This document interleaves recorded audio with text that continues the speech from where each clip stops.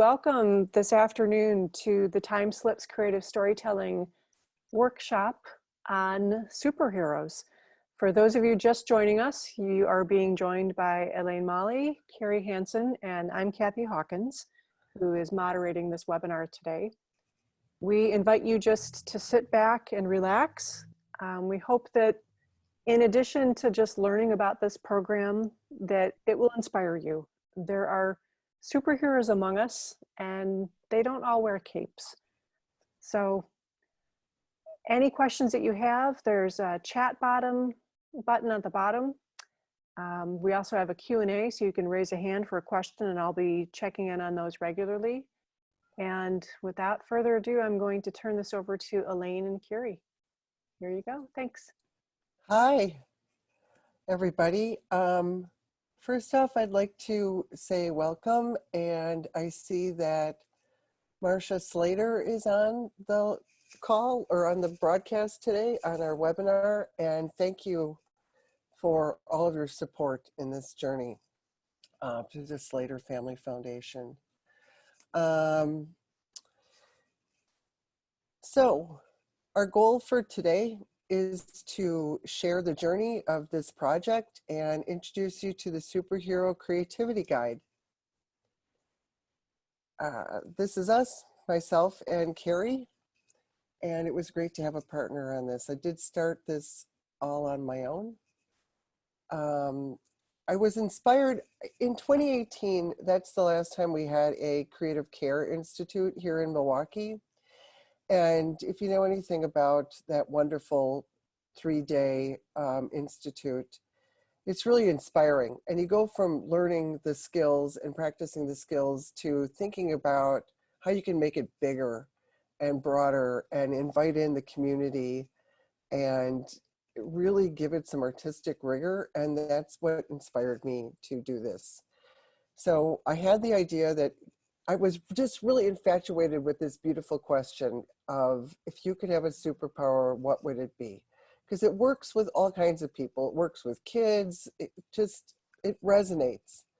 So I approached the local adult day center where I was already doing regular TimeSlips sessions there. And they happily said, yes, we'd love to have you do that. And so I partnered with the art therapist there. And then she actually selected the participants, and she selected them based somewhat on compatibility, people she knew would get along, but also their need for socialization. A couple of them were younger guys who just pretty much stayed in a corner all day long and kept their heads down. One guy was more gregarious than the others. Another one just didn't participate in much at all, but reading, and you'll learn more about them later. But I think it was key to the success of this group.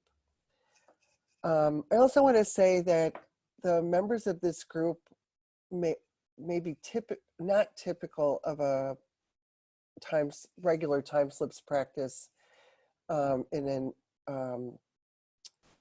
a senior community, because not everybody in this group are seniors. They ranged in age from like 23 to 71. The adult day center is an intergenerational care center.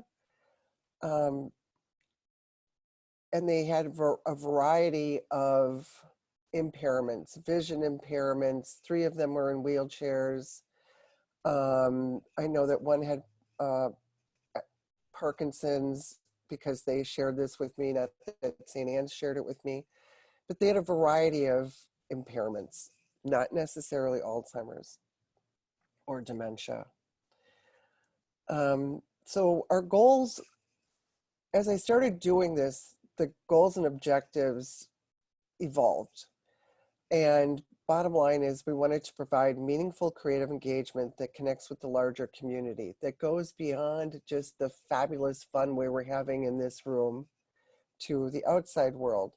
So we wanted to transform that creative output from our superhero sessions into works of art that can be shared with the public, We wanted to yet again demonstrate the strength of people with disabilities and reduce stigma. And we wanted to create a document that would make this replicable, that I could share with all of you so you could do your own project. It's also, you know, I just want to say this is a guide, it's suggestions. I think you'll find that you'll start this and your own group of superheroes will take you on a completely unexpected journey. I know that's how it happened for me. So the first session just went like this. Had my 6 people in the room, asked if you could have a superpower, what would it be? And they immediately jumped in. They created their alter egos and described their appearance. They described their strengths and their weaknesses. And then they immediately became a team.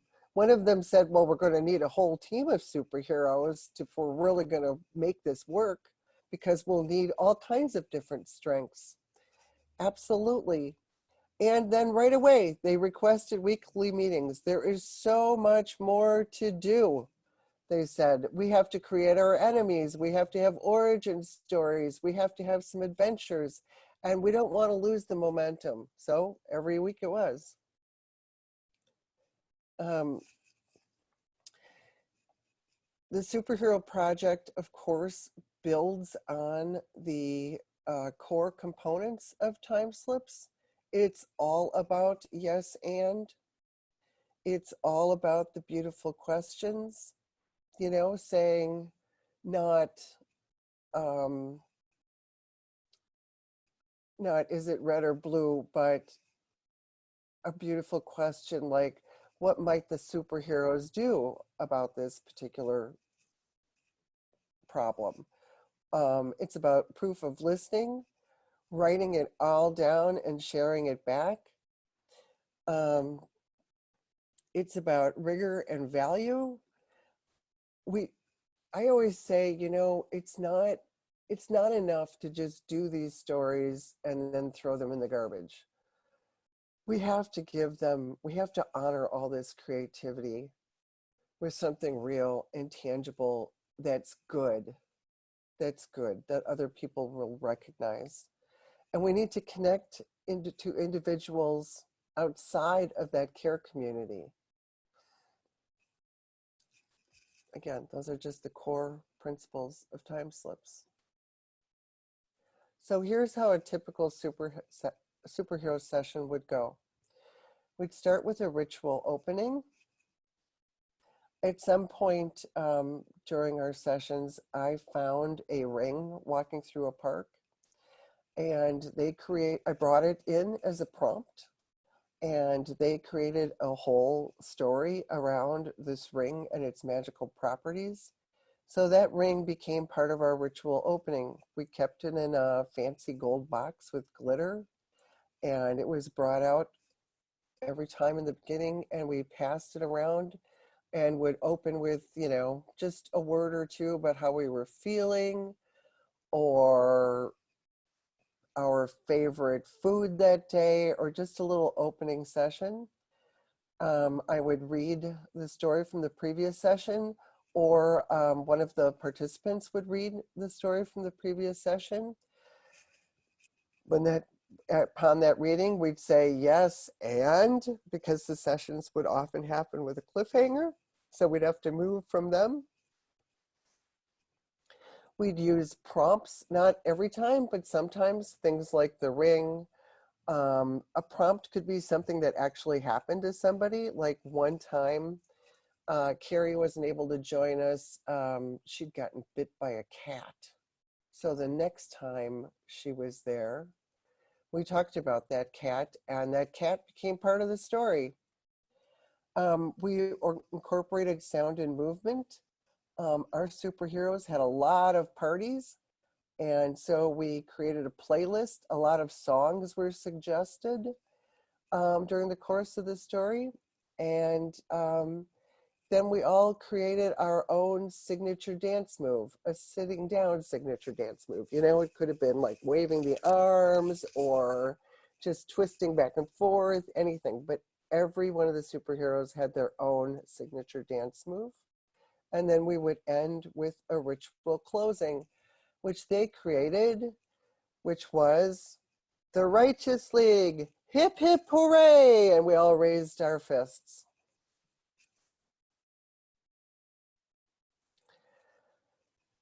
After many months of this, you can imagine I had a lot of copy. I had more than 100 pages of copy. And so it was like, how do we turn this into art? And we needed some support. So we sought funding from the local community foundation, including a donor advised fund. We engaged an artist and a photographer. We created a book and we held an event to launch that book.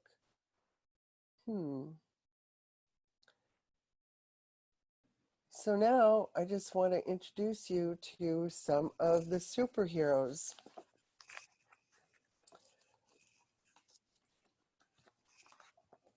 I might have forgot to read here, this is Super Jake.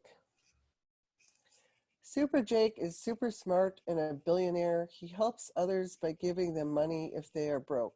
He has premonitions like knowing if a tornado is coming so that he could tell people to seek shelter. The robot arm is part of his suit. He doesn't wear a mask because he has no reason to hide his face. The origin story for Super Jake is that he became super smart by going to college and becoming a scientist. He became a billionaire through his heritage. His father was a billionaire who inherited his wealth from his father, who was a miner, and he invented Velcro. Super Jake's enemy is Anti-Jake, his twin brother. If he gets everyone in the gauntlet, he can snap his fingers and get them annihilated. Everyone except the Righteous League, that is. And next up is Energy Man. Energy Man has super energy so that he can do more tasks and help other people do their work. He also takes care of criminals so that no one else will get shot. His colors are red, white, and blue, and a lightning bolt is his symbol. Energy Man was lounging around in a hammock with a margarita when he was supposed to be mowing the lawn.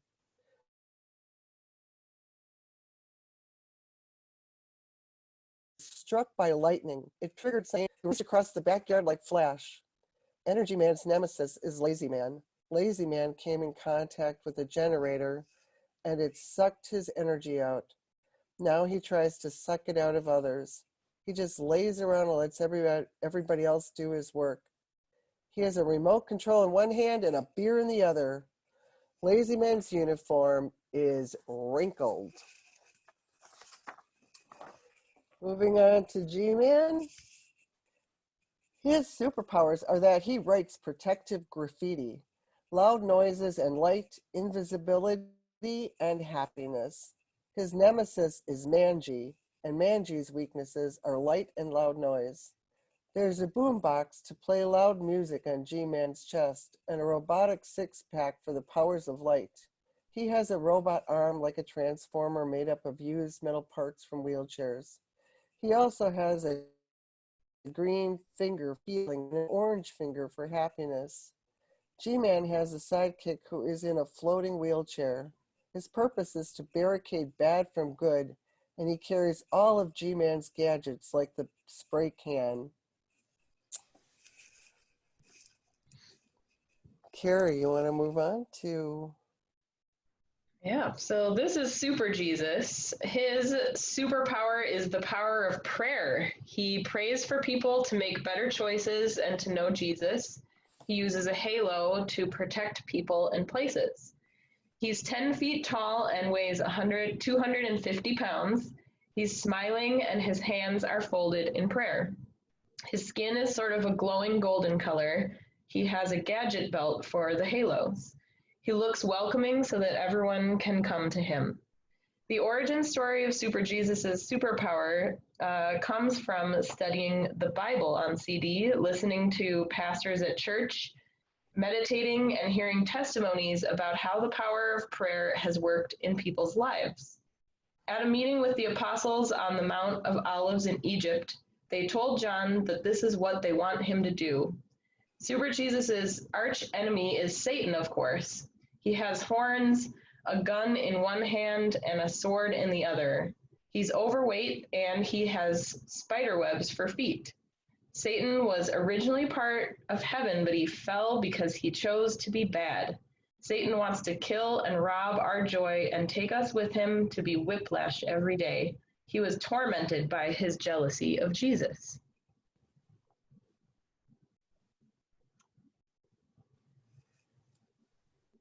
This is Party Animal. Party Animal brings her party wagon and goes to nursing homes and group homes to make people happy with different activities like bowling, beanbag, bean toss, face painting, and water balloons. Her superpowers are that she can change colors based on her mood, like a mood ring. She throws parties that make people really happy, and the party wagon that she tows behind her wheelchair has an endless amount of party supplies like bingo cards, poker chips, playing cards, bean bags, water balloons, and party snacks like potato chips, Fritos, and cupcakes. Party Animal's nemesis is the rule maker.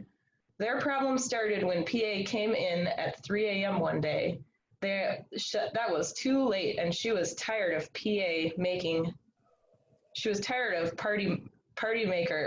rule maker making too many rules. And lastly, but not least, we have Diane, our super reader. She's the leader of the super reader squad. She reads so fast she can read 10 to 15 books a week in big print. She often reads to kids or people who are vision impaired.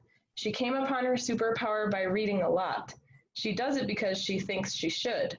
Clients at St. Anne's calm down when Super Reader touches them. Her color is lilac. Reading glasses are her symbol.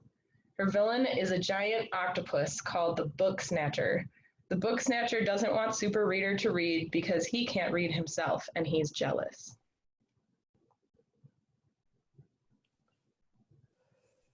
So when the book was complete, excuse me, we had an author signing at the local community foundation, Greater Milwaukee Foundation. We got t-shirts for everybody. There they are on the left there, happily signing, autographing books. Of the 52 that attended, many had never heard of TimeSlips or St. Anne's before. And we were thrilled that there was a group of high school students there.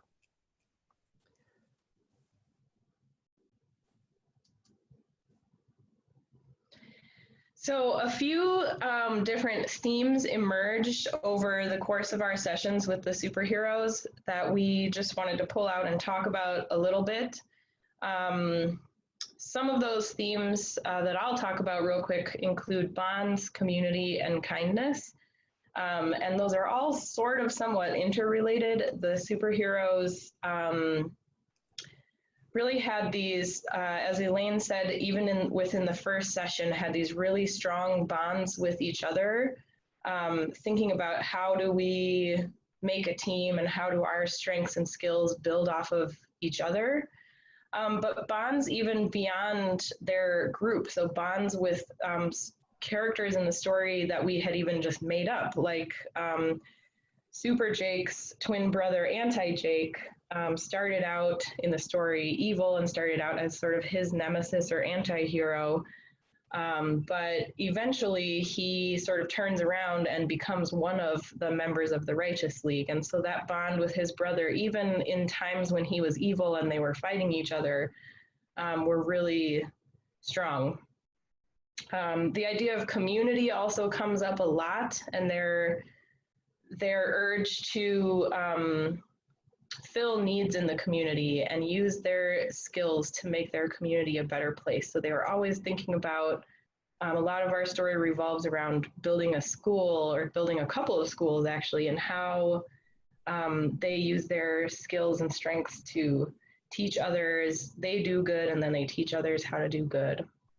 And that bit of kindness, I think, was woven through everything. It was almost like at times we think of the superhero narrative as there has to be somebody that's bad and somebody that's evil and somebody that we're fighting against.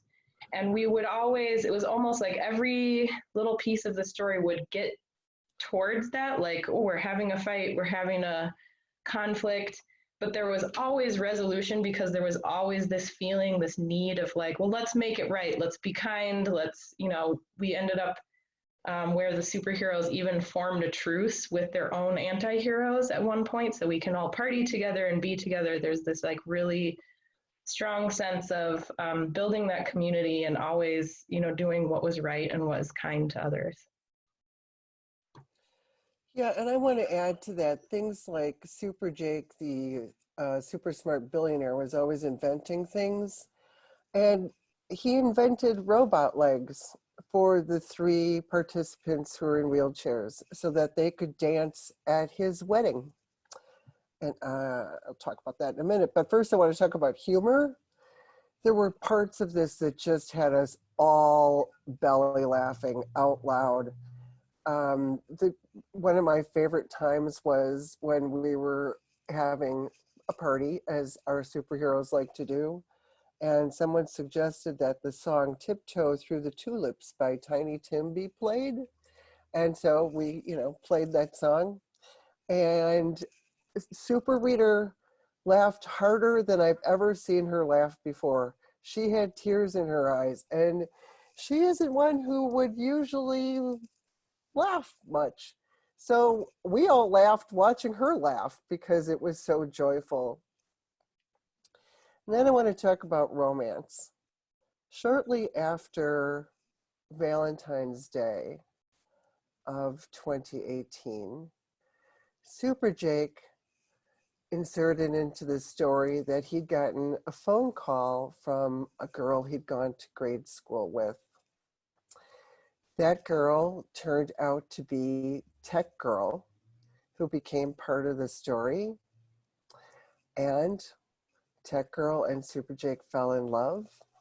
And there was a big proposal outside their headquarters at Romans that the glitter gremlin wrote in the sky, Tech Girl, will you marry me, with glitter? And she said yes. And a big wedding was planned and a honeymoon. I just have to say one thing about their honeymoon. They went to a penthouse in Germany where Super Jake and Tech Girl could work on their science projects in private, which is also hilarious.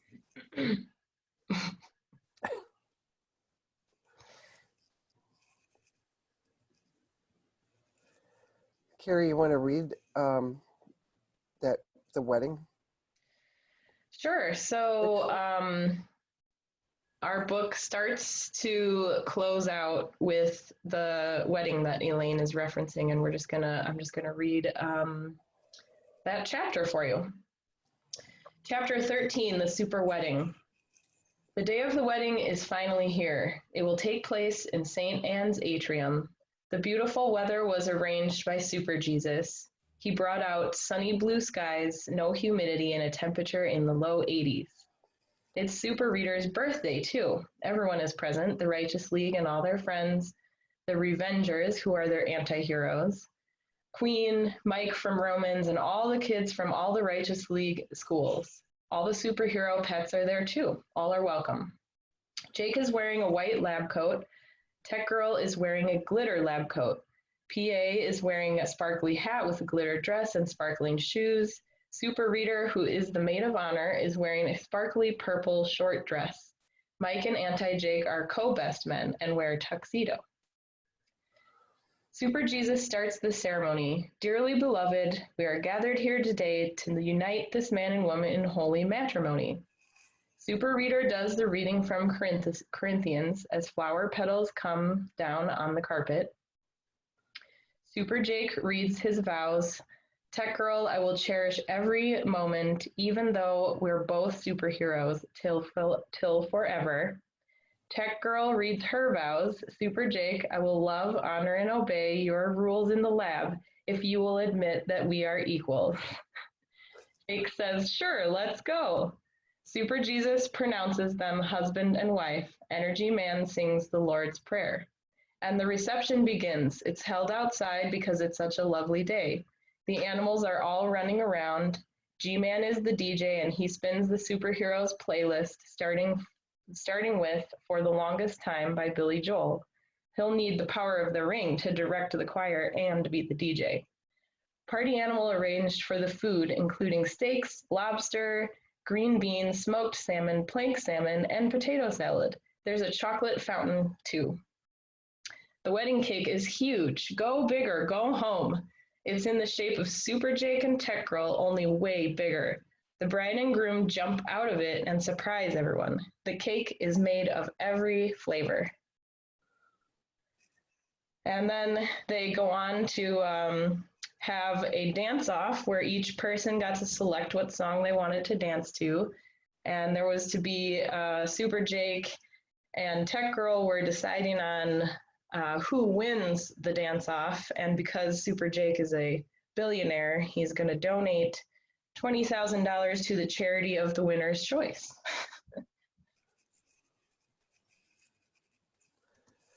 Who won, Kari? Oh, I don't know. Let me see. Do you remember, Elaine? No. We've had so many contests, I don't remember.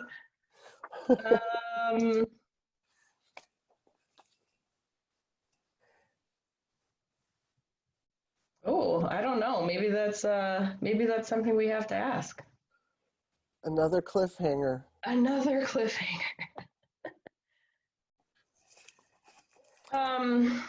So with that, we wanted to take an opportunity to walk you through this guide. So thinking about those themes that sort of emerged, we created this document to help you replicate this project in your community, and sort of tried to pull out, not necessarily like those exact themes, because we want to leave it as open for content that your community should choose or determine or create, but more sort of like the bigger themes to help create the arc of your superhero story. So I'm going to show you on our TimeSlips website, we have a new resources page where you navigate there by just clicking the word resources. And as you scroll through, obviously, you'll see a lot of the resources. We've tried to compile them all into one place. So it's blog posts, our newsletters, webinars that we've been doing a little bit more of. The Wendy's Neverland, those are one short projects. And then at the bottom of this resources page, you'll see what we call the creativity guides. And these guides are meant to support more sort of longer term projects versus just kind of the come in, do one story, leave, and things don't necessarily connect, but maybe something that's a little bit longer and more large scale. And so you'll see our superhero creativity guide here. You click there, and it opens a PDF, which you can download and save. And I'll just kind of walk you through. Elaine, if you have anything else you want to chime in while I'm talking, but the first page just kind of goes over the what, why, and how. What is the Superheroes Project, kind of what we've talked about in this webinar so far. The project phases, so just kind of taking your TimeSlips storytelling training up a notch. And then our journey started here. You'll see on the top of each page is a different theme. So what does it mean to be a hero? And so each of the themes will have some questions that go along with it to help sort of guide you or get you going. You don't necessarily have to use our exact prompts or even our question prompts or even these images that we have here if you have some of your own ideas about what could get the story flowing. And then you'll see these creative challenges in different places throughout the guide. And so these are just ways we thought of supplementing the story So something like this, where you can write a letter to your hero. We thought it could even turn into sort of a visual art project where they could draw a picture of a gift that they might give to a real life hero. In our very first session, we did draw pictures of our superheroes, what they looked like, which was fun. Mm-hmm. Our second theme is the origin story. So when you heard us introduce the 6 superheroes, we talked a little bit about their backstory, maybe how they got their powers. So you'll again see some questions and some visual prompts. And this can be as simple as, you know, everyday things to something totally absurd that comes out of everybody's imagination. The creativity challenge here is focused around that theme of identity. So what do they look like? Like Elaine was saying, maybe we do some sketches. We start to think about the costume or the outfit they wear, what kind of tools they may need. So this image of party animal, you'll see she has a mirror ball as her helmet. She has this little drawer that opens up out of her costume that serves as a bar. And she talks about the wagon that she, you know, trails behind her that has all her party supplies in there. Just to clarify, those images we showed you while we were showing the like this image of party animal and like the others of the superhero characters, those are the images we actually we partnered with a local artist who did these drawings. She kind of like did sketches, worked with the superheroes to review them, make any adjustments or changes they wanted, and had these professional art pieces made for each one of them. Theme 3 is the villain. So then we know who we are and how we got our powers, but who's sort of the anti version of us, and how did they get their powers, or what motivates them? Maybe knowing what weaknesses they have so we know how we can fight them.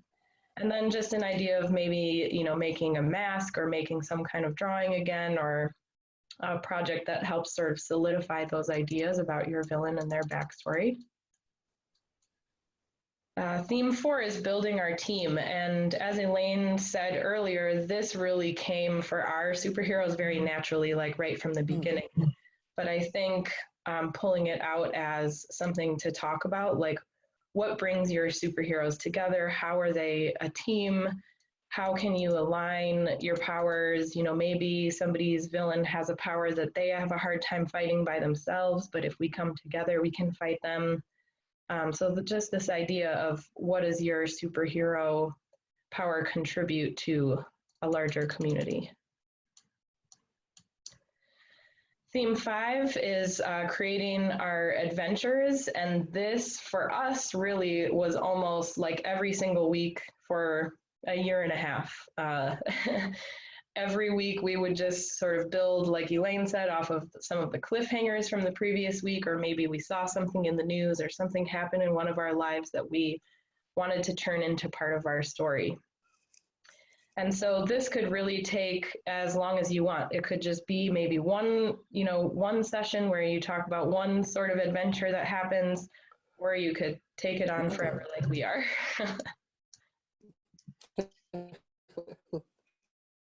Theme 6, discovery, is thinking about what other maybe objects or ideas or things could we bring into our fold to help sort of enhance our story. And this theme, I think for us, really came up sort of accidentally when Elaine found that ring and brought it in to show them.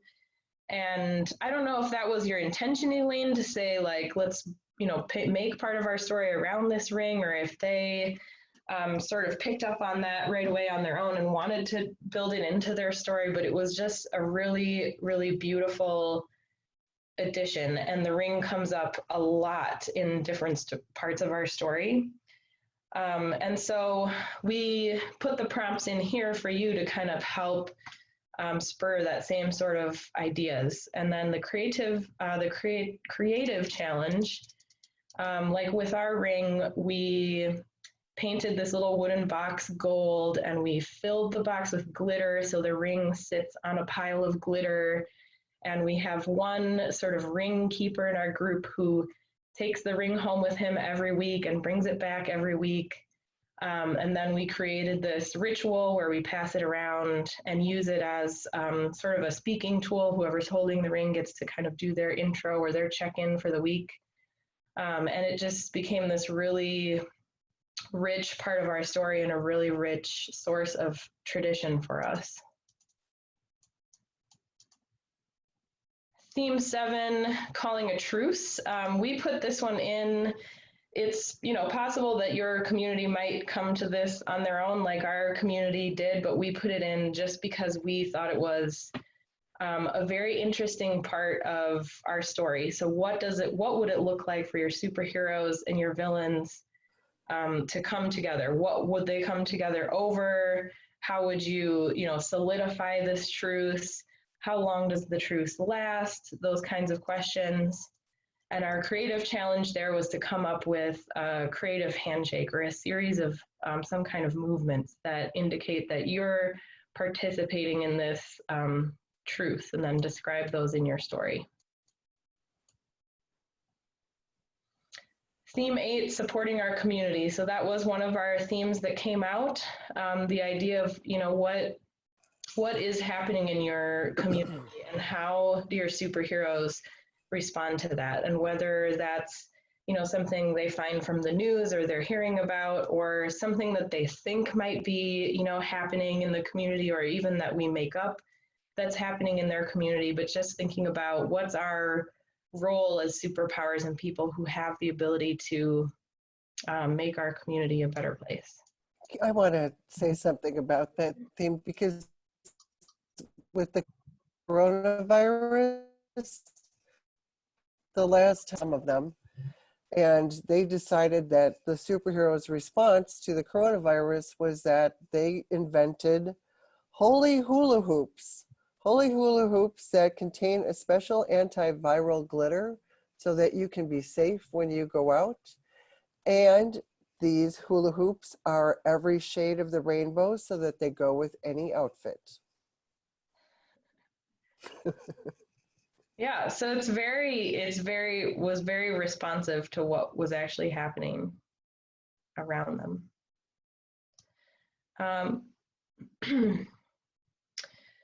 So then we just included a few ideas about inspiration can come from anywhere, and these weren't necessarily big enough to make like a whole theme about, but things that you might want to consider that played a big role in our story, at least. The superhero sidekicks, each of our superheroes had a pet, and it had a name, and it had powers, and they came up at different times throughout the story.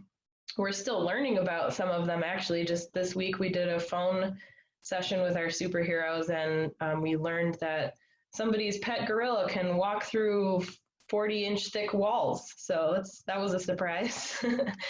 The superhero headquarters, where is it? How do they keep it undercover? Do they live there? What's the story behind that? We have actually a local bar that's across the street from St. Anne's, which is an interesting thing because none of them have ever actually been there, and most of them can't drink alcohol. But for whatever reason, this became their headquarters, and the bartender was like the bouncer for their headquarters. And we have a whole story woven around that as well. And then the idea of bringing in new community members. We had new characters kind of coming in and out all the time, and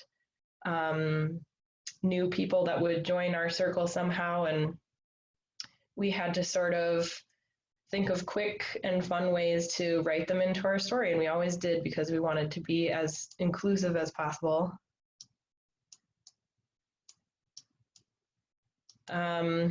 And our creative challenge at the end is really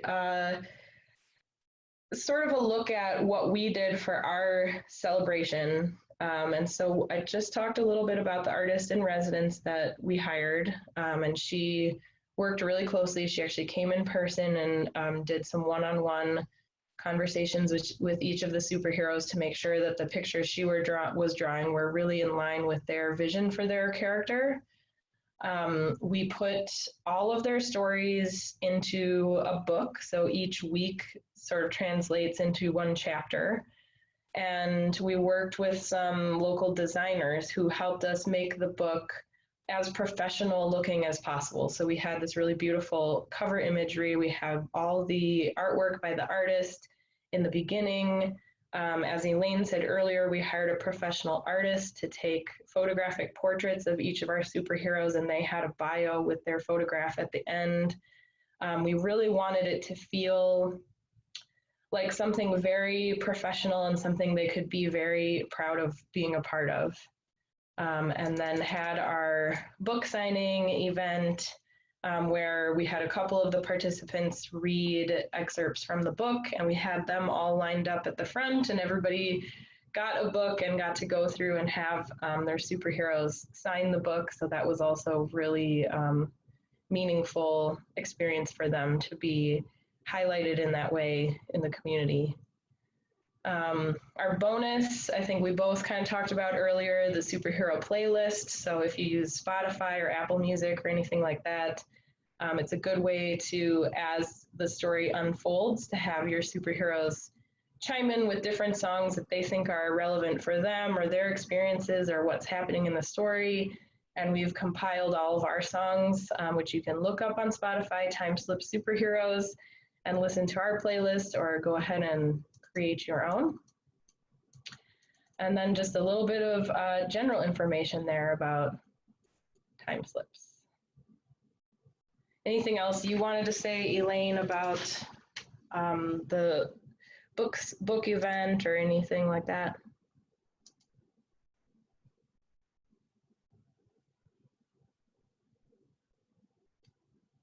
Elaine, are you still there?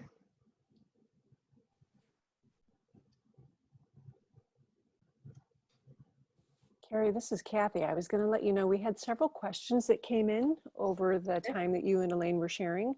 So I thought I would just give you one question at a time, and if either one of you wanted to answer those, however you'd like. Okay. Liz was asking, how was it to create the 100 pages of copy from all of what the group said? Like, was there one person that was writing the story details down on a laptop or longhand? If you wanted to walk us through that process. Sure. Can you hear me now? Yep. Yeah, I wrote them all down in my notebook longhand, and then went back home and typed them into my laptop. You know, and staying true to TimeSlips method, we did not edit these stories. In preparation for the book, we read them all in sequence back to them and let them make any changes that they wanted before we finalized the book. But yeah, I wrote it longhand, but you could also bring along a laptop and type it right in. That's how we did it. On the sessions when Elaine was gone and I did it, I usually typed on the laptop just because it's my preferred way, and I thought it was a little bit faster. And then once we translated all of that for the book, we had several people sort of go through and edit it for us, mostly just for, you know, if there were like spelling errors or sort of more logistical things versus, you know, like Elaine said, trying to stick to the true story the way they told it, but, you know, just making sure that it was like publishable. Wonderful. We had another question about what did you learn from doing these stories? You had talked about themes. Were there other things that you gleaned from these sessions? And I'm sure there were many. Wow. Well, one is never underestimate anybody ever. Yes. And, you know, the other thing is, I think it was really interesting the way they built their alter egos really had foundations in their real life person too, or their real life longings, and that it really made a difference for them.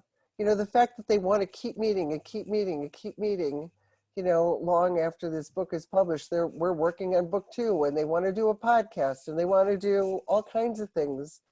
You know, that to me says that this worked, that it is powerful and is meaningful to them.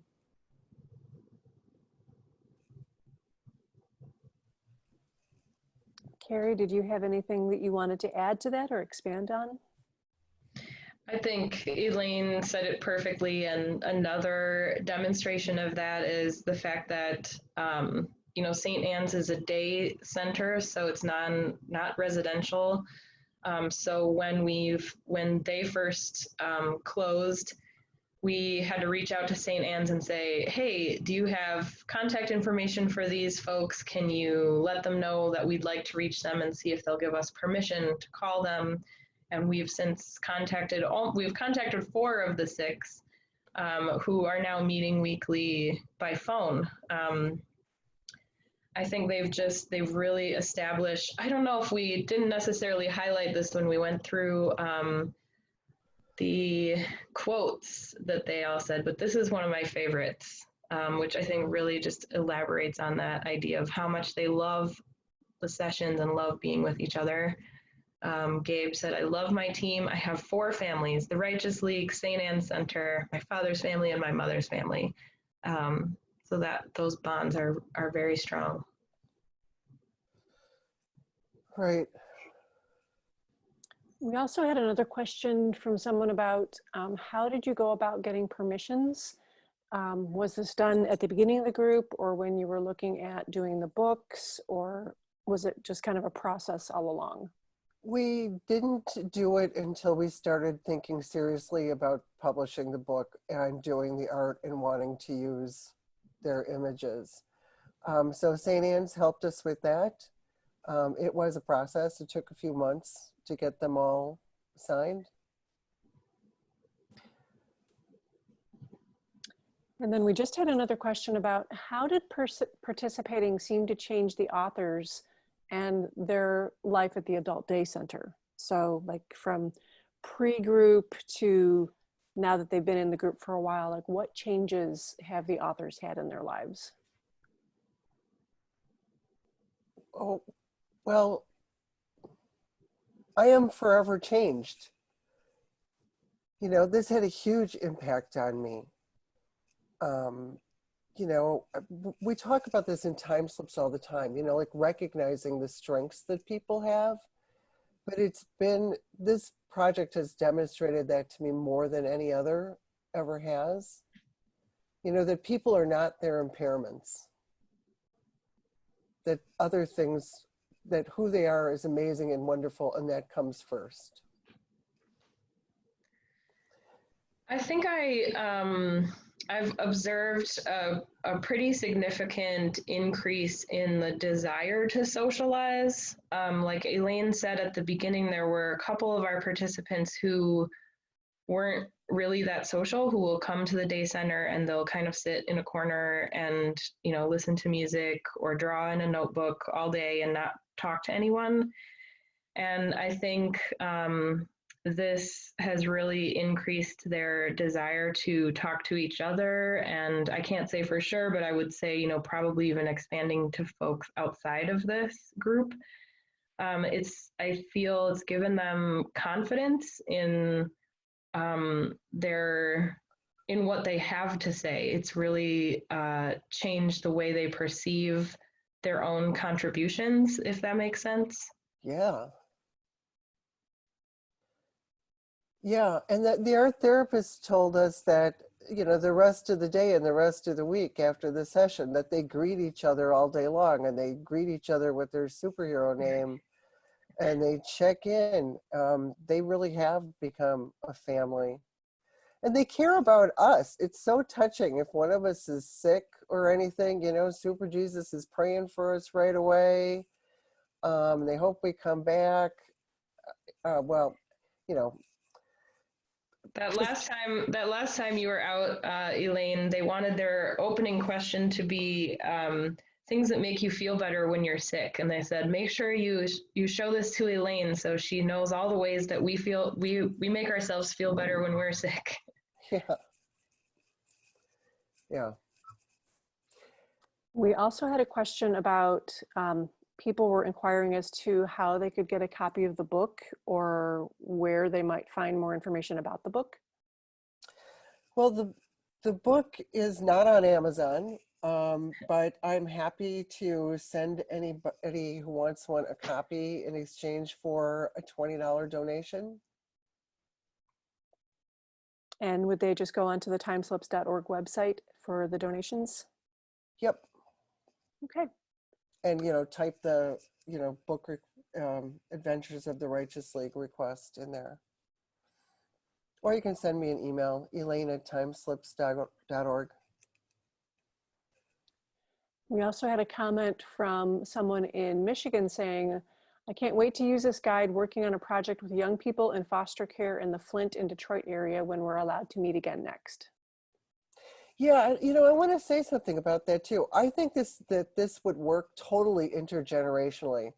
That you could have elders and younger people involved in this at the same time too. Like look at the age range of this group. And we could have totally involved kids too, if that had been practical. It wasn't for this group, but it could be for another.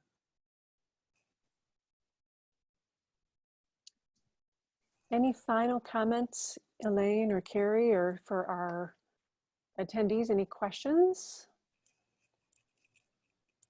If there aren't any other questions from the attendees, I'd love to know any other thoughts or ideas they have about using this guide, or folks they might partner with, other ways they could see sort of contributing to this body of work.